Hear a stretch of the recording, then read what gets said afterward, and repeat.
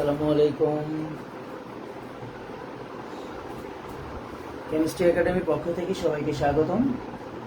আজকে যোগাযোগের একটা অংশ নিয়ে আলোচনা করব। সেই অংশটার নাম হচ্ছে অ্যামিন।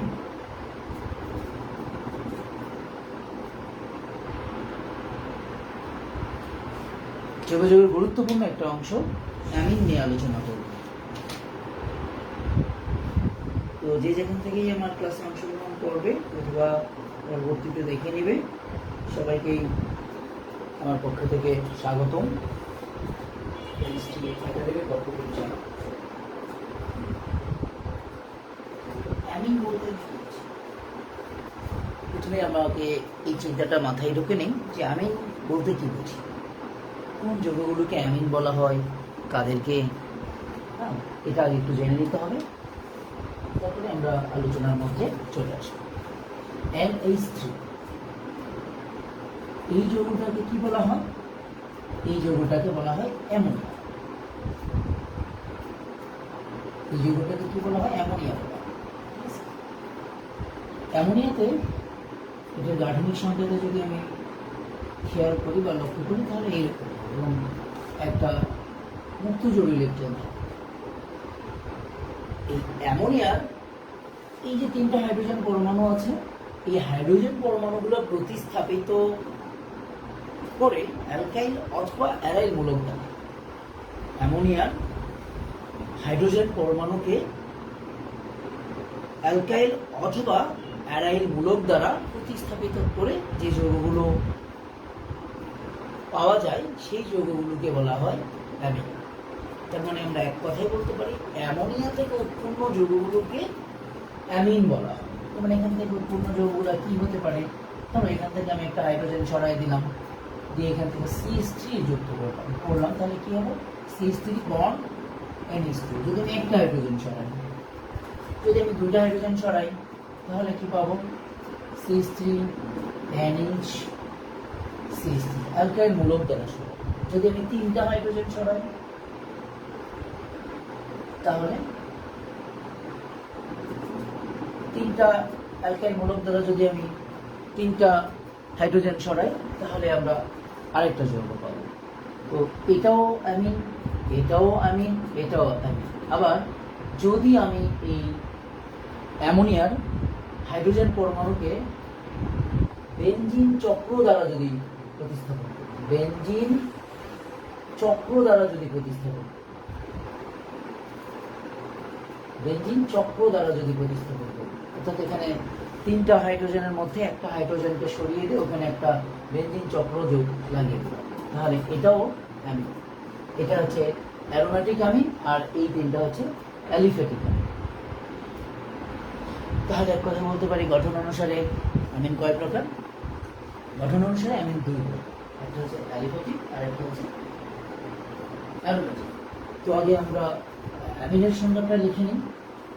অ্যামিন যৌগগুলো নিশ্চয়ই বুঝতে পেরেছি যে অ্যামিন কাদেরকে বলা হচ্ছে।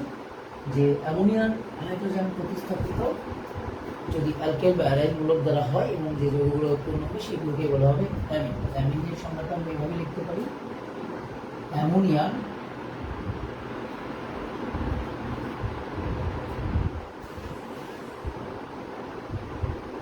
এক বা একাধিক হাইড্রোজেন পরমাণু অ্যালকাইল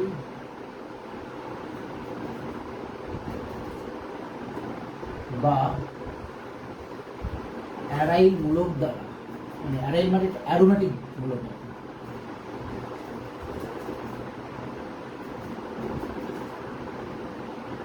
অ্যারাইল মূলক দ্বারা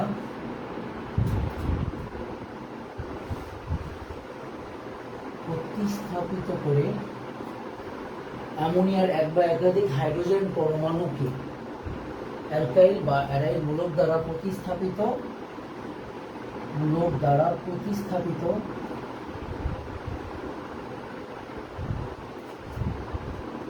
করে যে যৌগ পাওয়া যায়, যে যৌগসমূহ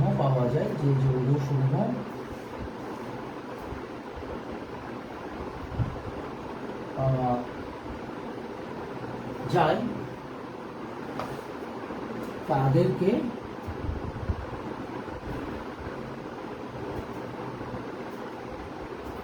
অ্যামিন বলা হয়। তাদেরকে অ্যামিন বলা হয়।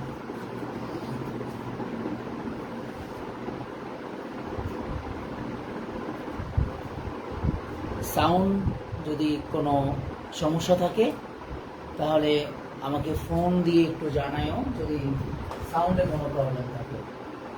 01761615288 এই নাম্বার, যদি সাউন্ডে কোনো প্রবলেম থাকে। এমনই এক একাধিক হাইড্রোজেন পরমাণুকে অ্যালকাইল বা অ্যালাইল মূলক দ্বারা প্রতিস্থাপিত করে যে যৌগসমূহ পাওয়া যায় তাদেরকে অ্যামিন বলা হয়। গঠন অনুসারে অ্যামিন দুই প্রকার। গঠন অনুসারে অ্যামিন দুই প্রকার। নাম্বার 1 অ্যালিফ্যাটিক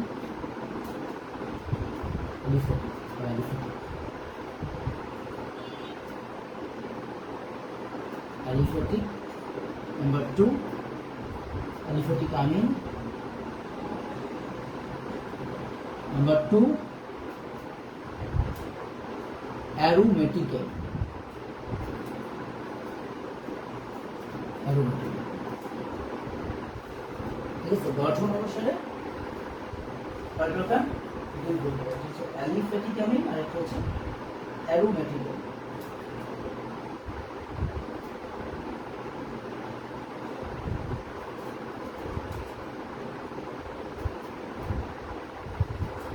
কোন বইয়ে গঠন অনুসারে আমিন 3 প্রকার লেখা থাকতে পারে। কোন বইয়ে গঠন অনুসারে আমিন 3 প্রকার থাকতে পারে, কোন বইয়ে আছে চাকরিক আমিন। চাকরিক আমিন মানে অ্যালিফ্যাটিক যৌগের তো আবার 2 রকম আছে, তাহলে আমরা এখানে 3 প্রকার লিখে দিই।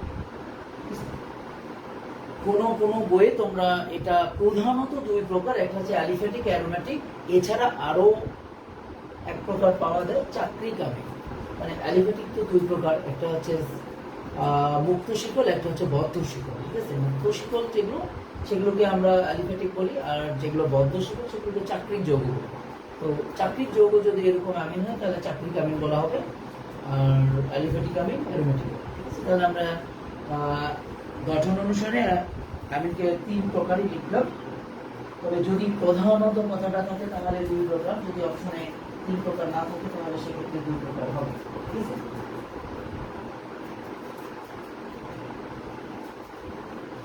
এরপরে লিখো যে অ্যামোনিয়ায়, এখানে অ্যামোনিয়ায়, এগুলো এমসিকিউ এর জন্য দরকার হবে। অ্যামোনিয়ায় প্রতিস্থাপকের সংখ্যা অনুসারে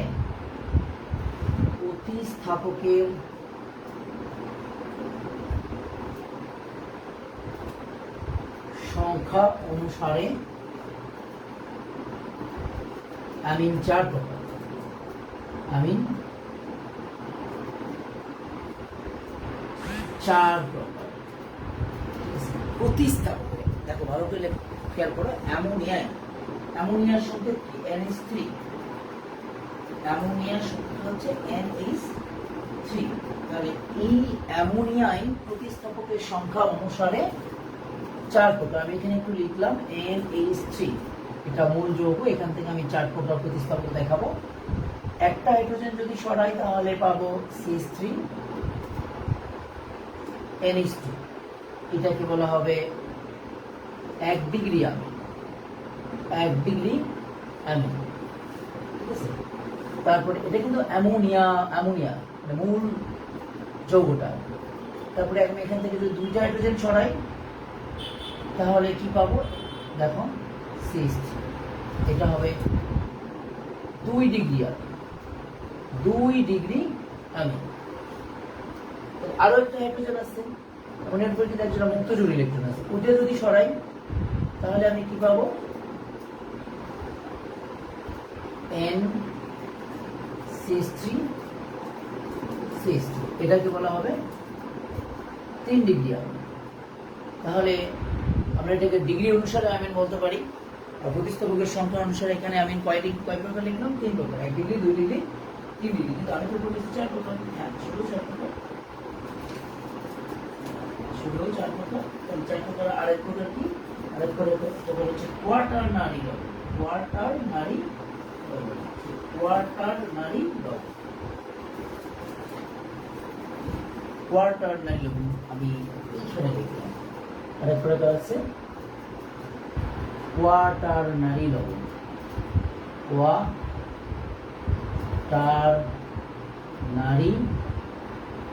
লবণ। এটা হলো 4 প্রকার। এটা হলো 1, এখানে লিখতে হবে এটা 1, এটা 2, এটা হলো 3, আর ওই পাশে 4। কোয়াটারনারি লবণটা কেমন? এই যে মুক্ত জোড় ইলেকট্রন আছে, এই মুক্ত জোড় ইলেকট্রন দ্বারা আরো একটা যুক্ত হওয়া সম্ভব, CH3। CH4 যদি 4টা যুক্ত হয় তখন এখানে নাইট্রোজেনের উপর একটা প্লাস চিহ্ন হবে, এইটাই হলো কোয়াটারনারি। ঠিক আছে, অর্থাৎ নাইট্রোজেনের এর সাথে এখানে 4টা অ্যালকাইল মূলক বা অ্যারাইল মূলক যুক্ত থাকবে, 4টি অ্যালকাইল অথবা অ্যারাইল মূলক যুক্ত থাকবে, তাকে বলা হবে কোয়াটারনারি। তো ফার্স্টলি অ্যামোনিয়ার প্রতিস্থাপকের সংখ্যা অনুসারে আমি বলেছি 4 প্রকার। ফার্স্টলি হচ্ছে প্রাইমারি অ্যামিন, অর্থাৎ যদি হাইড্রোজেন, অ্যামোনিয়ার একটা হাইড্রোজেন পরমাণু যদি একটা অ্যালকাইল মূলক বা অ্যারাইল মূলক দ্বারা প্রতিস্থাপিত হয় তাহলে সেটাকে বলা হবে প্রাইমারি। যদি অ্যামোনিয়ার 2টা হাইড্রোজেন 2টা অ্যালকাইল অথবা অ্যারাইল বা অ্যালকাইল অ্যারাইল মূলক দ্বারা যদি প্রতিস্থাপিত হয় তাহলে নাম হবে সেকেন্ডারি। যদি 3টা হাইড্রোজেন প্রতিস্থাপিত থাকে তাহলে নাম হবে হচ্ছে টারশিয়ারি বা 3 ডিগ্রি আমিন। আর যদি 3টা প্রতিস্থাপিত হওয়ার পরে তো আর কোনো হাইড্রোজেন নাই, কিন্তু এরপরেও যদি আরো একটা অ্যালকাইল অথবা অ্যারাইল মূলক বা অ্যালকাইল অ্যারাইল কোনো মূলক যদি যুক্ত থাকে তখন সেটাকে বলা হবে কোয়াটারনারি লবণ। অর্থাৎ অ্যামোনিয়ার নাইট্রোজেন পরমাণুর সাথে 4টা গ্রুপ যুক্ত থাকবে, এই 4র্থ নম্বর গ্রুপটা যুক্ত হয় এই লন পেয়ার ইলেকট্রন দ্বারা। ঠিক আছে, এভাবেও যুক্ত হইতে পারে, নিঃসঙ্গ ইলেকট্রন যুগল থাকার কারণে এটা সম্ভব হয়। তো এভাবে আমরা অ্যামোনিয়ার শ্রেণী বিভাগটা বুঝিয়ে নিতে পারি। গঠন অনুসারে আমিন 3 প্রকার, এটা খেয়াল রাখো। অবশ্যই এটা বিভিন্ন পরীক্ষাতে দরকার হতে পারে, বিভিন্ন পরীক্ষায় দরকার হয় যে গঠন অনুসারে আমিন কয় প্রকার।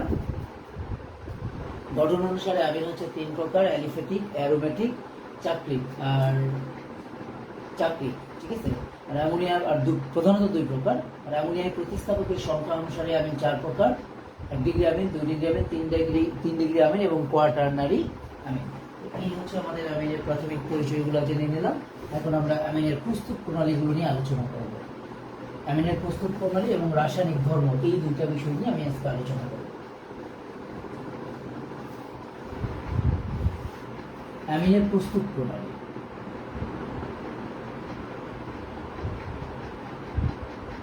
আমিনের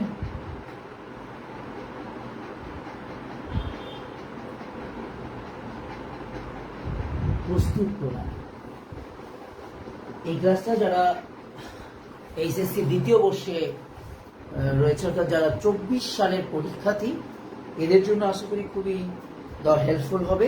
বিশেষ করে রাসায়নিক ধর্ম নিয়ে যখন আলোচনা করব, অর্থাৎ আমিনের ক্ষার ধর্ম নিয়ে আলোচনা করব, এই ক্ষার ধর্ম থেকে প্রশ্ন প্রতি বছরই কম বেশি হয়। আর এখানকার উদ্দীপক এবং বিক্রিয়াগুলো, যে টাইপের বিক্রিয়াগুলো হয় বা যে টাইপের প্রশ্নগুলো উদ্দীপকগুলো সেট হয়, সেখানে এই উদ্দীপক পূরণের অনেক বিক্রিয়াগুলো এখান থেকে আমিনের বিক্রিয়া থেকে থাকে। তাই আমিনের বিক্রিয়াগুলো অনেক গুরুত্বপূর্ণ বিক্রিয়া। ঠিক আছে, আমিনের বিক্রিয়াগুলো অবশ্যই তোমরা গুরুত্ব দিবে এবং আমিনের বিক্রিয়াগুলো কিন্তু অনেক গুরুত্বপূর্ণ। তো ফার্স্ট ওয়ান, নাম্বার 1, CH3CH2CN, এটার নাম হচ্ছে ইথেন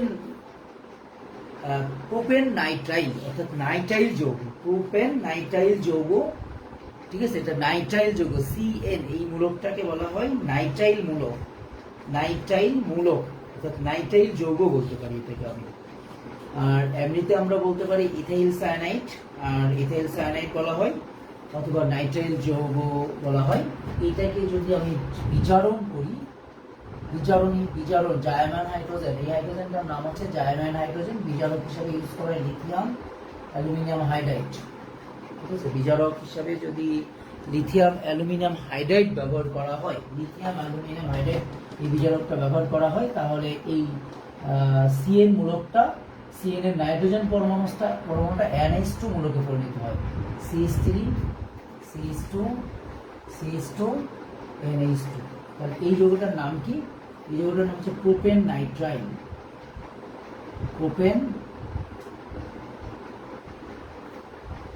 প্রোপেন নাইট্রাইল থেকে হয়ে গেল প্রোপাইল অ্যামিন।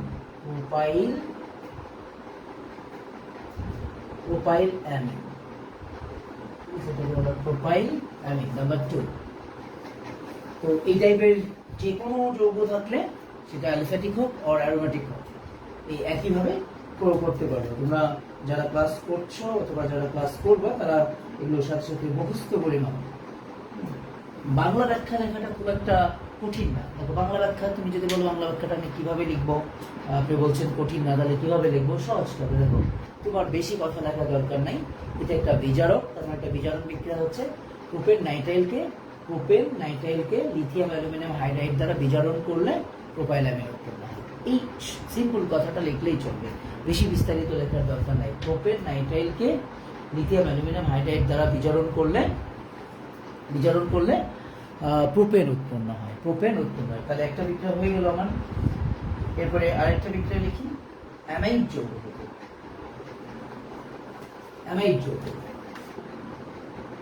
CH3CONH2, এটার নাম হচ্ছে ইথানামাইড।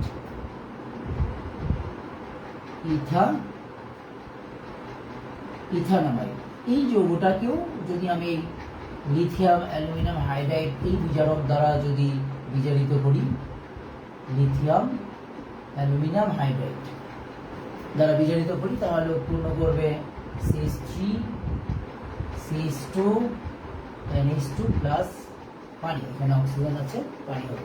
তাহলে ব্যাখ্যাটা, ইথানামাইডকে লিথিয়াম অ্যালুমিনিয়াম হাইড্রাইড দ্বারা বিজারিত করলে অ্যামিন তৈরি হবে। তাহলে ইথানামাইড থেকে তৈরি হবে ইথাইল অ্যামিন।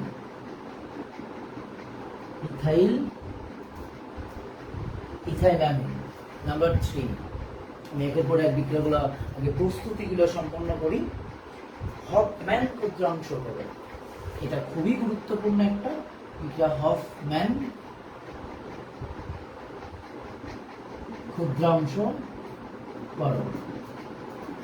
ক্ষুদ্রাংশকরণ আমাদের কি কি লাগে, আমি এটা নাম লিখলাম এই কারণে যে এটা খুবই গুরুত্বপূর্ণ, এটা ভেরি ইম্পর্টেন্ট একটা প্রস্তুতি অ্যামিনের। হফম্যান ক্ষুদ্রাংশকরণে আমার অ্যামাইড যৌগ লাগে, CH3CONH2। এটা অ্যালিফ্যাটিক অ্যারোমেটিক সব যৌগগুলো এই পদ্ধতিতে করা যায়।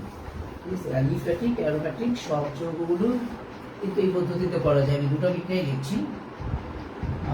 বেনজিন চক্রটা একটু এইভাবে লিখলাম, বেনজিন চক্রটা আমরা এইভাবে লিখতে পারি।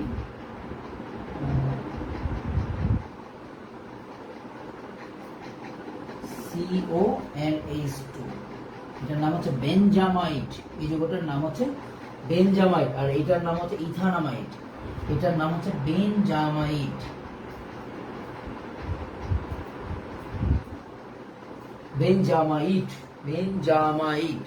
এই বোথ অফ বিক্রিয়ার ক্ষেত্রেই যদি আমি হফম্যান ক্ষুদ্রাংশকরণ করি তাহলে আমার অ্যামিন তৈরি হবে। হফম্যান ক্ষুদ্রাংশকরণে যা যা লাগে, ব্রোমিন, পটাশিয়াম হাইড্রোক্সাইড, কি কি যোগ করেছে এগুলো একটু মুখস্থ রাখতে হবে কিন্তু। ব্রোমিন এবং পটাশিয়াম হাইড্রোক্সাইড যোগ করেছি, তবে সোডিয়াম হাইড্রোক্সাইডও যোগ করা যাবে। পটাশিয়াম হাইড্রোক্সাইড অথবা সোডিয়াম হাইড্রোক্সাইড যে কোনো যৌগই যোগ করা যাবে, করলে এটা উৎপন্ন হবে কি হবে, এই যে CO মূলকটা চলে যাবে, CO মূলকটা আউট হয়ে চলে যাবে, CH3 NH2 উৎপন্ন হবে, তার মানে মিথাইল অ্যামিন উৎপন্ন হবে।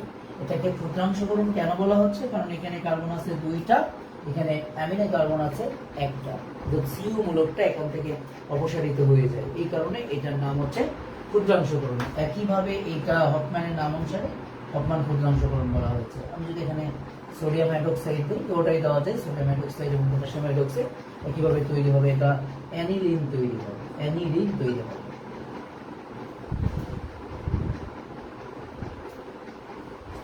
সিউ মূলকটা চলে যাবে, আর সাইড প্রোডাক্ট হিসেবে উৎপন্ন হবে KBr, এখানে উৎপন্ন হবে KBr, আর সিউ মূলকটা দিয়ে উৎপন্ন করবে সোডিয়াম কার্বনেট আর পটাশিয়াম কার্বনেট। পটাশিয়াম ব্যবহার করলে উৎপন্ন করবে পটাশিয়াম কার্বনেট, আর সোডিয়াম ব্যবহার করলে এখানে হবে সোডিয়াম ব্রোমাইড, সোডিয়াম ব্রোমাইড, আর এখানে উৎপন্ন হবে সোডিয়াম কার্বনেট।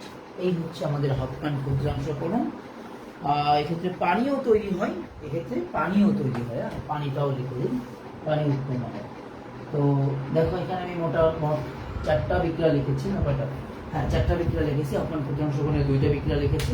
প্রথম বিক্রিয়াটার ক্ষেত্রে একটু খেয়াল করে, এটা হচ্ছে তোমার নাইট্রাইল যৌগ হতে, নাইট্রাইল যৌগকে যদি লিথিয়াম অ্যালুমিনিয়াম হাইড্রাইড দ্বারা বিজারণ করা হয় তাহলে প্রোপাইল অ্যামিন তৈরি হবে।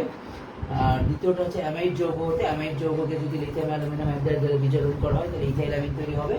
আর হফম্যান ক্ষুদ্রাংশকরণ এক্ষেত্রে আমি অ্যালিফ্যাটিক এবং অ্যারোমেটিক 2টা যৌগই লিখেছি। যদি তুমি ইথাইল অর্থাৎ অ্যালিফ্যাটিক অ্যামাইড, এখানে যেটা লেখছে ইথানামাইড, ইথানামাইড এই যৌগকে যদি ব্রোমিন এবং কস্টিক সোডা দেওয়া হয়, কস্টিক সোডা বা পটাশ দেওয়া হয় তাহলে সিউ মূলকটা অপসারণ ঘটে অ্যালিফ্যাটিক অ্যামিন তৈরি হয়।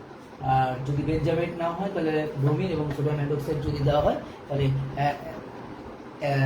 অ্যারোমেটিক অ্যামিন তৈরি হয়। দেখো বোথ অফ ক্ষেত্রে সিউ মূলকটা অপসারিত হয়ে গেছে, বোথ অফ ক্ষেত্রেই সিউ মূলকটা অপসারিত হয়েছে। যেহেতু এখানে মূল যৌগে কার্বন রয়েছে, কার্বন যা রয়েছে, আর উৎপাদে কার্বন সংখ্যা কমে গেছে, তাই এটা বিজ্ঞানী হফম্যানের নাম অনুসারে এটার নাম দেওয়া হয়েছে হফম্যান ক্ষুদ্রাংশকরণ।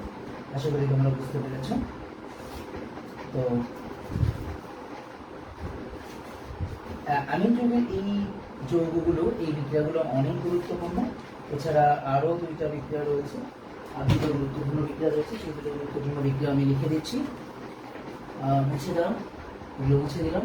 কত 3 নম্বর পর্যন্ত চলে গেছে আমার, যেহেতু বোর্ডে আর জায়গা নেই তাই আমাকে মুছে দিতে হচ্ছে। তোমরা সুন্দর করে এগুলো লিখে নিয়ে প্র্যাকটিস করবা। আসলে অনেকেই অনেক বড় বড় কথা বলে, অনেক বড় বড় গল্প মারে যে যুগ যুগ একেবারে 1 টাচেই শেষ করে দিবে, এরকম সম্ভব হবে? জানলে আমি তার কাছে গিয়ে পড়তাম যে চোখ দিয়ে দেখলেই যোগ যোগ পারা যায়, এরকম যদি কোনো টিচার পাইতাম তাহলে গিয়ে তার কাছে পড়ে আসতাম। আসলে এটা কখনো সম্ভব নয়। যারা যোগ যোগ করেছে তাদেরকে যদি তুমি সঠিকভাবে জিজ্ঞেস করো, যদি জিজ্ঞেস করো আর সে যদি সঠিকভাবে কথা বলে, তাহলে আশা করি সে এই কথাটাই বলবে যে সমস্ত অধ্যায়গুলো মিলে যা পরিশ্রম করেছে, জৈব যৌগ মিলে একাই সে পরিশ্রম করেছে। আমাদের সময় জৈব যৌগ একটা ব্যাপারই ছিল, এই জৈব যৌগের ভয়ে অনেকে সায়েন্স পড়তো না। কিন্তু তোমাদের তো অনেক সৌভাগ্য যে জৈব যৌগ মাত্র একটা অধ্যায়ের মধ্যে দেওয়া আছে। এই অধ্যায়টা দেওয়ার থাকার কারণে ওটা সহজে বাদ দেওয়া যায়। আসলে অধ্যায় হলে কি হবে, যেটা তোমরা এক অধ্যায়ের মধ্যে পড়ছো, এটা আমরা একটা বই ছিল আমাদের, না আমাদের দ্বিতীয় পেপারের নামই ছিল হচ্ছে রসায়ন দ্বিতীয় পত্র, যেখানে শুধু জৈব যৌগই ছিল বেশি, যৌগিক বেশি ছিল। তো যাই হোক, ওগুলো তো অতীত, ওসব বলে আর কোনো লাভ নাই। তবে যুগ যুগে এখনও অনেক গুরুত্বপূর্ণ একটা অধ্যায়। এইচএসসিতে 3টা প্রশ্ন আসে, আর সবচেয়ে বড় কথা হলো এখানকার কখ প্রশ্নগুলো অন্য প্রশ্নের কখ হতে আসে, তাই জৈব যৌগ না পারলে ফুল অ্যান্সার কোনোভাবেই সম্ভব নয়। আচ্ছা যাই, আমি কথা না বলে এরপরে আরও 2টা বিক্রিয়া আমি লিখে দিচ্ছি। 4 নম্বর অ্যারাইল অ্যামিন হতে অ্যারোমেটিক অ্যামিন তৈরি হচ্ছে। আমি যে পদ্ধতিগুলো দেখাইলাম সেগুলো অ্যালিফ্যাটিক এবং অ্যারোমেটিক উভয় অ্যামিনগুলোই তৈরি করা যায়। Aryl amine, aryl chloride, aryl, এই বিক্রিয়াটা খুবই গুরুত্বপূর্ণ। ক্লোরাইড, অ্যারাইল ক্লোরাইড বলতে ক্লোরোবেনজিন লিখলাম, অ্যারাইল ক্লোরাইড বলতে আমি ক্লোরোবেনজিন লিখলাম।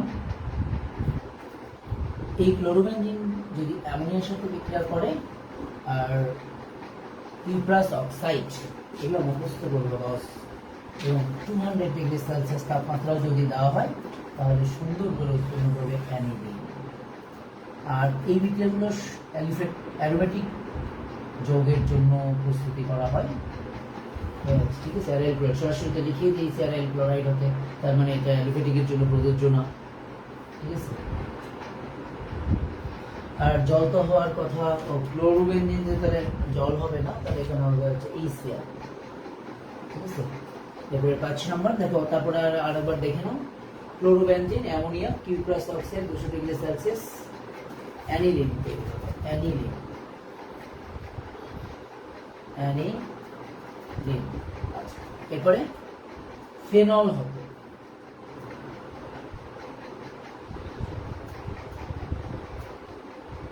ফেনল হবে,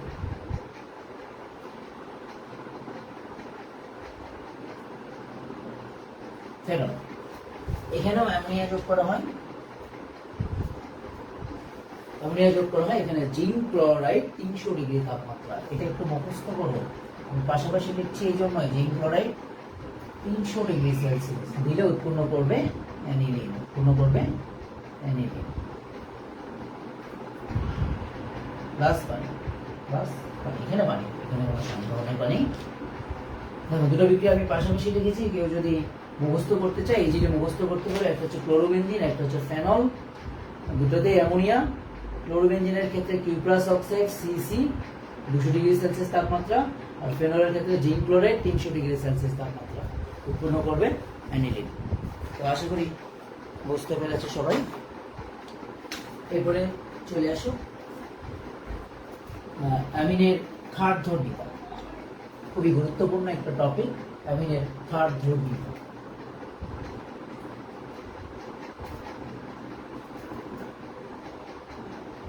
অ্যামিনের ক্ষারধর্মিতা।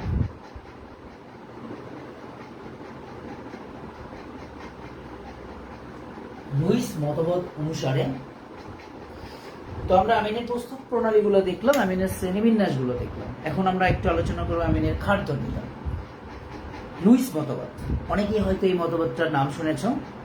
লুইস মতবাদ এটা পরিবেশ রসায়নের অ্যাসিড ক্ষার কনসেপ্টের মধ্যে ছিল। আরেনিয়াস মতবাদ, রনেস্টেড বা প্রোটোনীয় মতবাদ, এবং লাস্ট 3 নম্বর মতবাদটা ছিল লুইস মতবাদ। লুইস মতবাদ অনুসারে যেখানে বলা হয়েছে যে যদি কোনো অণু বা আয়ন জোড়া ইলেকট্রন প্রদান করতে পারে, তাহলে তাকে বলা হতো লুইস ক্ষার, লুইস ক্ষার। ঠিক আছে, তো আমার এখানে ক্ষারধর্মিতা ব্যাখ্যা করার কথা বলা হয়েছে। তবে লুইস থিওরি অনুসারে যদি বলি, তাহলে এই কথাই বলবো যে লুইস থিওরি অনুসারে যারা জোড়া ইলেকট্রন প্রদান করতে সক্ষম তাদেরকে বলা হবে লুইস ক্ষার। এটা লিখে নাও, খাতায় লিখে নাও যে জোড়া ইলেকট্রন প্রদানকারী অণু বা আয়নকে লুইস ক্ষার বলা হয়। আমি লিখছি জোড়া ইলেকট্রন প্রদানকারী অণু বা আয়নকে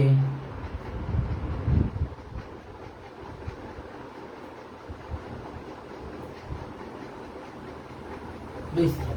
জোড়া ইলেকট্রন প্রদানকারী অণু বা আয়নকে লুইস ক্ষার বলে। NH3, আমি আলোচনার শুরুতেই বলেছি NH3 নাইট্রোজেন পরমাণুতে জোড়া ইলেকট্রন রয়েছে, একজন মুক্ত জোড় ইলেকট্রন রয়েছে। জোড়া ইলেকট্রন প্রদানকারী, মুক্ত জোড় ইলেকট্রন না থাকলে তা প্রদান করতে পারবে না। তাহলে অ্যামোনিয়ার অণুতে মুক্ত জোড় ইলেকট্রন রয়েছে। আর অ্যামোনিয়া থেকে যে যৌগগুলো তৈরি হয় সেটা আমি একটু লিখছি। এটা 1 ডিগ্রি অ্যামিন, এখানেও নাইট্রোজেন পরমাণুতে মুক্ত জোড় ইলেকট্রন রয়েছে। একইভাবে যদি আমি এইটা দেখি, তাহলে এটা হবে 2 ডিগ্রি অ্যামিন, এখানেও নাইট্রোজেন পরমাণুতে মুক্ত জোড় ইলেকট্রন রয়েছে। তারপরে যদি আমি 3টা অ্যালকাইল গ্রুপ যদি যুক্ত করি,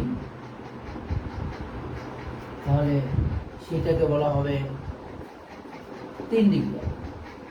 তাহলে এখানে আমি কয় ডিগ্রি আমি লিখলাম, কয় ডিগ্রি, 1 ডিগ্রি, 2 ডিগ্রি, 3 ডিগ্রি। এছাড়া আমি আরো এক প্রকার লিখতে পারি, সেটা হচ্ছে আরো একটা লিখতে পারি NH2। আমি কয়টা বিষয় নিয়ে আলোচনা করব, এই জন্য আমি যে কটা বিষয় নিয়ে আলোচনা করব ক্ষারধর্মিতা, সেই কয়টা বিষয় লিখলাম, এবং এই প্রশ্নগুলো পরীক্ষায় আসে। এখানে যে কটা লিখেছি এই কটাই আসে। এখানে লিখলাম, এটা হলো অ্যানিলিন, এটা হলো অ্যানিলিন, ঠিক আছে। মিথাইলামিন, NN ডাইমিথাইলামিন, NN ট্রাইমিথাইলামিন, ঠিক আছে। সংক্ষেপে বলতে পারি মিথাইলামিন, ডাইমিথাইলামিন, ট্রাইমিথাইলামিন, 1 degree amine, 2 degree amine, 3 degree amine, aniline, এদের খাদ্যবিকা। দেখো ফার্স্টে উপরেই লিখে দিয়েছি যে অ্যামোনিয়ার জোড়া ইলেকট্রন প্রদানকারী অণু বা আয়নকে লুইস ক্ষার বলে। এদের প্রত্যেকের ক্ষেত্রে লক্ষ্য করো, প্রত্যেকের মাথায় এক জোড়া করে ইলেকট্রন রয়েছে, তাহলে এরা প্রত্যেকেই লুইস ক্ষার। তো এখন কথা হচ্ছে যে কার ক্ষার ধর্মিতা বেশি আর কার ক্ষার ধর্মিতা কম। সহজ কথা, যে জোড়া ইলেকট্রন বেশি প্রদান করতে পারবে, তাড়াতাড়ি প্রদান করতে পারবে, তার ক্ষার ধর্মিতা বেশি হবে। তাহলে কে তাড়াতাড়ি জোড়া ইলেকট্রন প্রদান করতে পারবে? যার ইলেকট্রনের ঘনত্ব বেশি থাকবে। যে অণুতে ইলেকট্রনের ঘনত্ব বেশি থাকবে সে বেশি তাড়াতাড়ি ইলেকট্রন প্রদান করতে পারবে। এটাই তো স্বাভাবিক, ইলেকট্রন যত বেশি থাকবে তার প্রদান করার ক্ষমতাটাও তত বেশি হবে। তার মানে নাইট্রোজেনের উপর যদি ইলেকট্রন ঘনত্ব, এখানে দেখো এখানে কিন্তু টোটাল অণুতে কিন্তু না ইলেকট্রন এর কথা বলা হয় না, নাইট্রোজেন পরমাণুর ইলেকট্রন ঘনত্ব নিয়ে কথা হবে। কারণ অ্যামোনিয়া তো হচ্ছে নাইট্রোজেন যুক্ত পরমাণু, মানে অণু। অ্যামিন যৌগগুলো হচ্ছে নাইট্রোজেন যুক্ত অণু। তাহলে ঠিক আছে, তাহলে নাইট্রোজেন, এই অ্যামিন যৌগের নাইট্রোজেন পরমাণুতে ইলেকট্রন ঘনত্ব যেখানে বেশি হবে সেই অ্যামিন যৌগের ইলেকট্রন দান করার ক্ষমতা বেশি হবে, তার খাদ্যমিতা বেশি হবে। তাহলে আমরা এই কথাটা লিখে নিতে পারি, তোমরা লিখে নিতে পারো যে অ্যামিন যৌগের নাইট্রোজেন পরমাণুতে ইলেকট্রন ঘনত্ব বেশি থাকবে সেই অ্যামিন যৌগের খাদ্যমিতা বেশি হবে। এটা লিখে নাও, যে অ্যামিন যৌগের নাইট্রোজেন পরমাণুতে ইলেকট্রন ঘনত্ব বেশি হবে বা বেশি থাকবে সেই অ্যামিন যৌগের খাদ্যমিতা বেশি। আমি আবার একবার বলছি, যে অ্যামিন যৌগের নাইট্রোজেন পরমাণুতে ইলেকট্রন ঘনত্ব বেশি থাকবে সেই অ্যামিন যৌগের খাদ্যমিতা বেশি। তো চলো এখন একটু বুঝাই। ফার্স্টলি এখানে দেখো অ্যামোনিয়ার সাথে 3টা হাইড্রোজেন পরমাণু যুক্ত রয়েছে, কোনো ইলেকট্রন দাতা বা গ্রহীতা গ্রুপ যুক্ত নেই। হাইড্রোজেন পরমাণু ইলেকট্রন দিতেও পারবে না, ইলেকট্রন নিতেও পারবে না, এই অবস্থা, ঠিক আছে। তার মানে এটা একটা স্বাভাবিক খাদ্যমিতা প্রদর্শন করবে, স্বাভাবিক। এখন এর সাথে এখন বাকিগুলো কম্পেয়ার করবে, ওকে। সেই ফাঁকে একটু লিখে নাও যে অ্যালকাইল মূলক ইলেকট্রন দাতা আর অ্যারাইল মূলক ইলেকট্রন গ্রহীতা। লিখে নাও, অ্যালকাইল মূলক ইলেকট্রন দাতা আর অ্যারাইল মূলক ইলেকট্রন গ্রহীতা। আমিও লিখছি, তোমরাও লিখে নাও, অ্যালকাইল মূলক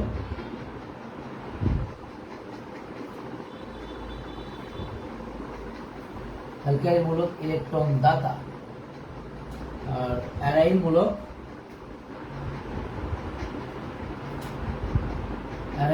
ইলেকট্রন গ্রহীতা। অর্থাৎ অ্যারাইল মূলক ইলেকট্রন গ্রহণ করে আর অ্যালকাইল মূলক ইলেকট্রন দাতা, ঠিক আছে। লিখেছ? বুঝে দিলাম। এখন চলে আসো অ্যামোনিয়া, এরপরে এটা হচ্ছে 1 ডিগ্রি অ্যামিন। 1 ডিগ্রি অ্যামিনের ক্ষেত্রে 1 ডিগ্রি অ্যামোনিয়ার নাইট্রোজেন পরমাণুর দিকে তাকাও। নাইট্রোজেন পরমাণুতে বাম পাশে রয়েছে একটা CH3 মূলক আর ডান পাশে আর আরো 2টা হাইড্রোজেন যুক্ত আছে। হাইড্রোজেন আসলে ডান পাশে না, এটা উপরে নিচে দিব, আমি আর গাঠনিক সংখ্যাটা করে লিখলাম, ঠিক আছে। অ্যামোনিয়ার 1 ডিগ্রি অ্যামিনের নাইট্রোজেন পরমাণুর সাথে একটা অ্যালকাইল গ্রুপ যুক্ত আছে আর নাইট্রোজেনের সাথে আরো 2টা হাইড্রোজেন পরমাণু যুক্ত আছে। তার মানে এখানে দাতা গ্রুপ কয়টা যুক্ত আছে? একটা যুক্ত আছে। তাহলে কয় দিক থেকে ইলেকট্রন পাচ্ছে? সে এক দিক থেকে ইলেকট্রন পাচ্ছে। তার মানে 1 ডিগ্রি অ্যামিনে নাইট্রোজেনের উপর ইলেকট্রন ঘনত্ব বেড়ে যাচ্ছে। অ্যামোনিয়ার তুলনায় 1 ডিগ্রি অ্যামিনে নাইট্রোজেনের উপর ইলেকট্রন ঘনত্ব বেশি হবে। কেন? কারণ এই নাইট্রোজেন পরমাণু অ্যামিনো মূলকের একটা হাইড্রোজেন প্রতিস্থাপিত হয়ে যখন একটা অ্যালকাইল গ্রুপ যুক্ত হয়েছে, এই অ্যালকাইল গ্রুপটা ইলেকট্রন অ্যামিনো মূলকের দিকে ঠেলে দিবে, ফলে নাইট্রোজেনের উপর ইলেকট্রন ঘনত্ব বাড়বে আর এই কারণে এর ইলেকট্রন প্রদান করার ক্ষমতা অ্যামোনিয়ার থেকে বেশি থাকবে। আর এই কারণে অ্যামোনিয়া অপেক্ষা 1 ডিগ্রি খাদ্যবিতা বেশি। অনুরূপে যখন নাইট্রোজেনের অ্যামোনিয়ার দুইটা হাইড্রোজেন পরমাণু দুটো অ্যালকাইল মূলক দ্বারা প্রতিস্থাপিত হয়ে 2 ডিগ্রি অ্যামিন তৈরি করবে বা ডাইমিথাইল অ্যামিন তৈরি হবে, তখন এই নাইট্রোজেন পরমাণুর উপর ইলেকট্রন ঘনত্ব 2 দিক থেকে বৃদ্ধি পাবে। এই নাইট্রোজেন পরমাণুর উপর ইলেকট্রন ঘনত্ব 2 দিক থেকে বৃদ্ধি পাবে। কিভাবে? তো অ্যালকাইল মূলকগুলো ইলেকট্রন দাতা, অ্যালকাইল মূলকগুলো ইলেকট্রন দাতা, এই দাতা গ্রুপগুলো ইলেকট্রন দিবে, ফলে 2 ডিগ্রি অ্যামিনের নাইট্রোজেন পরমাণুতে ইলেকট্রন ঘনত্ব 1 ডিগ্রি বা অ্যামোনিয়ার থেকে বেশি থাকবে। ফলশ্রুতিতে এর ইলেকট্রন প্রদান করার ক্ষমতাটা আরও বেশি থাকবে, যার কারণে এটার খাদ্যমিতা 2 ডিগ্রি অ্যামিনের খাদ্যমিতা 1 ডিগ্রি বা মিথাইল অ্যামিনের থেকে বেশি হবে। এখন লাস্ট আমি অ্যারোমেটিকটা একটু আলাদা করলাম। 3 ডিগ্রি অ্যামিন, এই 3 ডিগ্রি অ্যামিনের ক্ষেত্রে আমি দেখতে পাচ্ছি যে অ্যামোনিয়ার 3টা হাইড্রোজেন পরমাণু 3টা অ্যালকাইল মূলক দ্বারা প্রতিস্থাপিত হয়ে এই যৌগটা তৈরি হচ্ছে। এই যৌগের ক্ষেত্রে আমি দেখতে পাচ্ছি যে 3টা অ্যালকাইল গ্রুপ যুক্ত রয়েছে, 3টা অ্যালকাইল গ্রুপ যুক্ত রয়েছে। তাহলে স্বাভাবিকভাবে তুমি এইটাই বলবা যে তাহলে এই ক্ষেত্রে যেহেতু 3টা দাতা গ্রুপ রয়েছে, তাহলে 3টা দাতা গ্রুপ থাকার কারণে এই অ্যামিনো যৌগের নাইট্রোজেন পরমাণুর উপর ইলেকট্রন ঘনত্ব বাকি গুণনের তুলনায় বেশি হবে, বাকি মানে আগের 3টার থেকে বেশি হবে। এই 3 ডিগ্রি অ্যামিন যৌগের ক্ষেত্রে যেহেতু নাইট্রোজেন পরমাণুতে 3টা অ্যালকাইল গ্রুপ যুক্ত আছে, 3টা অ্যালকাইল গ্রুপ যুক্ত রয়েছে, তাই এই অ্যালকাইল গ্রুপ যুক্ত থাকার কারণে এই নাইট্রোজেন পরমাণুতে ইলেকট্রন ঘনত্ব আগের 3টার তুলনায় বেশি হওয়ার কথা বা বেশি হতে পারে, আর ফলে এটার খাদ্যমিতা বেশি হওয়া উচিত। কিন্তু বাস্তবে দেখা যায় যে 1 ডিগ্রি বা 2 ডিগ্রি অ্যামিনের তুলনায় 3 ডিগ্রি অ্যামিনের খাদ্যমিতা কম, 3 ডিগ্রি অ্যামিনের খাদ্যমিতা কম। তাহলে কম, ঠিক আছে। তাহলে খাদ্যমিতার ক্রম একটু লিখে তারপরে ব্যাখ্যা করছি। খাদ্যমিতার ক্রম, এই ক্রমটার মধ্যে সবচেয়ে বেশি হচ্ছে 2 ডিগ্রি অ্যামিনের খাদ্যমিতা বেশি, তারপরে 1 ডিগ্রি, এরপরে 3 ডিগ্রি, এবং এরপরে হচ্ছে এন স্থির খাদ্যমিতা, এরপর হচ্ছে এন স্থির খাদ্যমিতা, ঠিক আছে। আমি একটু মুছে লিখি। 2 ডিগ্রি, 1 ডিগ্রি, 3 ডিগ্রি, এরপরে হচ্ছে এন স্থির। এখন প্রশ্ন হতে পারে যে এন স্থির খাদ্যমিতা কম হবে, সেটা মেনে নিলাম, সেটা ঠিক আছে। কিন্তু 3 ডিগ্রি খাদ্যমিতা 1 ডিগ্রি এবং 2 ডিগ্রি থেকে কম কেন? কম হচ্ছে এই কারণে যে এই 3 ডিগ্রি অ্যামিনের ক্ষেত্রে নাইট্রোজেন পরমাণুর সাথে 3টা অ্যালকাইল মূলক যুক্ত রয়েছে। এই অ্যালকাইল মূলকগুলোকে হিন্ডার গ্রুপস বা বড় গ্রুপ বলা হয়। সাধারণত কেমিস্ট্রিতে এই শব্দটা আমরা ইউজ করি যে স্টেরিক বাধা, বড় গ্রুপগুলোর মধ্যে এক ধরনের বাধা সৃষ্টি হয়, সেই বাধাগুলোকে বলা হচ্ছে স্টেরিক বাধা। তার মানে এখানে স্টেরিক বাধা রয়েছে। এই বড় 3টা গ্রুপ নাইট্রোজেন পরমাণুতে যুক্ত থাকার কারণে এখানে আগের 1 ডিগ্রি বা 2 ডিগ্রি অ্যামিনের তুলনায় এখানে স্টেরিক বাধার পরিমাণ এত বেশি বেড়ে যায় যে এরা ইলেকট্রন খুব বেশি নাইট্রোজেন পরমাণুর দিকে ঠেলে দিতে পারে না। যেমন 1 ডিগ্রি অ্যামিন ফ্রিলি ইলেকট্রন ঠেলে দেয়, 2 ডিগ্রির ক্ষেত্রে ফ্রিলি দিতে পারে, কিন্তু 3 ডিগ্রির ক্ষেত্রে ফ্রিলি মুক্তভাবে এই অ্যালকাইল গ্রুপগুলো নাইট্রোজেন পরমাণুর দিকে ইলেকট্রন ঘনত্ব বা ইলেকট্রন ঠেলে দিতে পারে না, যার কারণে নাইট্রোজেনের উপর ইলেকট্রন ঘনত্বও খুব বেশি বৃদ্ধি পায় না। আর নাইট্রোজেনের উপর ইলেকট্রন ঘনত্ব বৃদ্ধি না পেলে দান করার বা প্রদান করার ক্ষমতাটাও কমে যাবে। আর এই কারণে 3 ডিগ্রি অ্যামিনের খাদ্যমিতা 1 ডিগ্রি এবং 2 ডিগ্রি অ্যামিনের তুলনায় কম, বাট অ্যামোনিয়ার তুলনায় বেশি। কারণ এর তো কেউ নাই, একেবারেই এতিম, এর তো তাও গ্রুপ রয়েছে, ঝগড়া করুক মারামারি করুক, কিন্তু তারা তো কিছুটা হলেও ঠেলে দিচ্ছে, কম দিচ্ছে, কিন্তু দিচ্ছে, যার কারণে এখানে এর খাদ্যমিতা 1 ডিগ্রি 2 ডিগ্রির তুলনায় কম, কিন্তু অ্যামোনিয়ার তুলনায় বেশি। লাস্ট যে যৌগটা আমি লিখেছি অ্যারোমেটিক যৌগ, এটা অ্যানিলিন বলি এটাকে আমরা। এটার খাদ্যমিতা এই আগের 3টার তুলনায় 4টার তুলনায় কম। এই জন্য আমি এখানে একটু নিচে লিখেছি যাতে এই সংকেতটাও আমি এখানে সাজাতে পারি। এই অ্যানিলিনের খাদ্যমিতা আগের 4টার তুলনায় কম। কেন? আমি একটু আগেই লিখেছি যে অ্যালকাইল মূলকগুলো ইলেকট্রন দেয় আর অ্যারাইল মূলকগুলো ইলেকট্রন গ্রহণ করে। তোমরা অনুরণন যারা জানো, তারা দেখো অ্যানিলিনের অনুরণন যেখানে হয় সেই অনুরণন কাঠামোর দিকে লক্ষ্য করলে দেখবা যে নাইট্রোজেন পরমাণুতে পজিটিভ চিহ্ন সৃষ্টি হয়। নাইট্রোজেন পরমাণুতে পজিটিভ চিহ্ন সৃষ্টি হয়। এটার কারণ হলো যে এই বেনজিন চক্র ইলেকট্রন নিজের দিকে টানে, ইলেকট্রন গ্রহীতা। যখন বেনজিন চক্রের সাথে NH2 গ্রুপ যুক্ত থাকে তখন এর মুক্তজোড় ইলেকট্রনটা বেনজিন চক্র তার নিজের দিকে টানে। নিজের দিকে যখন টানে তখন নাইট্রোজেনের উপর ইলেকট্রন ঘনত্ব হ্রাস পেয়ে যায়, যার কারণে নাইট্রোজেনের উপর প্লাস চিহ্ন দেওয়া হয়। তাহলে যেহেতু এখানে অ্যামিনো মৌলের সাথে বেনজিন চক্র যুক্ত থাকলে নাইট্রোজেনের উপর ইলেকট্রন ঘনত্ব কমে যায় বা ইলেকট্রন ঘনত্ব হ্রাস পায়, এই কারণে এর ইলেকট্রন দান করার প্রবণতা বা ইলেকট্রন দান করার ক্ষমতাটা কমে যায়। আর ইলেকট্রন দান করার ক্ষমতা কমে গেলে তো তার খাদ্যর্মিতাও কমে যাবে। কিন্তু খাদ্যর্মিতা কমে যাবে, এমনকি অ্যামোনিয়ার থেকেও তার খাদ্যর্মিতা কম হবে। কারণ অ্যামোনিয়া তো কেউ ইলেকট্রন দিচ্ছে না, আবার কেউ ইলেকট্রন নিচ্ছেও না। কিন্তু অ্যানিলিনের অ্যামিনো মূলকের সাথে যে বেনজিন চক্র যুক্ত রয়েছে সেটা তো ইলেকট্রন দেয়ই না, আবার নাইট্রোজেন পরমাণু থেকে ইলেকট্রন তার নিজের দিকে অনুরণনের মাধ্যমে তার ইলেকট্রন নিজের দিকে টেনে নেয়, ফলে নাইট্রোজেনের উপর ইলেকট্রন চার্জ ঘনত্ব কমে যায়। এই জন্য এটার খাদ্যমিতা আগেরগুলো থেকে কম। এখন এখানে আমি কয়েকটা প্রশ্ন বলছি, এই প্রশ্নগুলো তোমরা হোমওয়ার্ক করবা, তাহলে আমি বিশ্বাস করি যে এখানকার যে টাইপের প্রশ্ন আসবে অবশ্যই তোমরা অ্যান্সার করতে পারবে। আমি প্রশ্নগুলো দ্রুত গতিতে লিখে দিব, আর প্রশ্নগুলো লিখে দিয়ে আমি আমার আজকের ক্লাসগুলো শেষ করব। ঠিক আছে? প্রশ্নটা হচ্ছে যে 1 ডিগ্রি অ্যামিন অপেক্ষা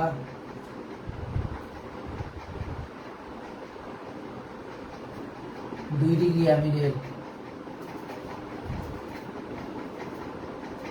ক্ষারধর্মিতা বেশি নয়। ক্ষারধর্মিতা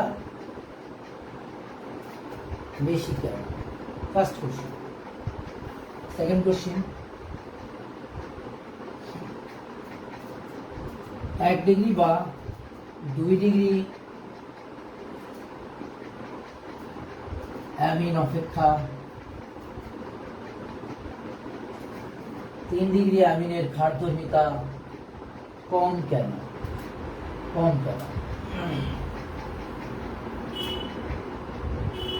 এবং লাস্ট কোশ্চেন, এই প্রশ্নটা অনেক গুরুত্বপূর্ণ। অ্যামোনিয়া অপেক্ষা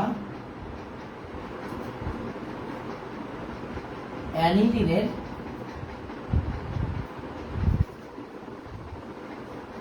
ক্ষারধর্মিতা কম কেন? ক্ষারধর্মিতা কম কেন? অ্যামোনিয়া অপেক্ষা অ্যানিলিনের ক্ষারধর্মিতা কম কেন? এই তিনটা প্রশ্ন যদি তোমরা কেউ হোমওয়ার্ক করো, আমি আশা করি অ্যামিন থেকে যে ধরনেরই প্রশ্ন আসুক না কেন তোমরা অবশ্যই তা কমপ্লিট করতে পারবে।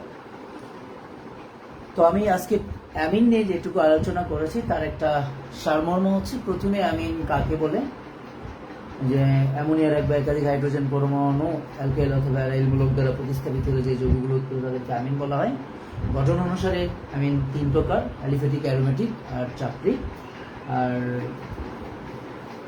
অ্যামিনো মূলকের বা অ্যামোনিয়ার হাইড্রোজেন পরমাণুর প্রতিস্থাপকের সংখ্যা অনুসারে বা ডিগ্রি অনুসারে অ্যামিন হচ্ছে 4 প্রকার। ডিগ্রি অনুসারে বলা যায় প্রাইমারি, সেকেন্ডারি, টারশিয়ারি এবং কোয়াটারনারি। এরপরে অ্যামিনের প্রস্তুত প্রণালীগুলো আমি কয়েকটা গুরুত্বপূর্ণ প্রস্তুত প্রণালী নিয়ে আলোচনা করেছি, বিক্রিয়াগুলো লিখেছি, সেগুলো তোমরা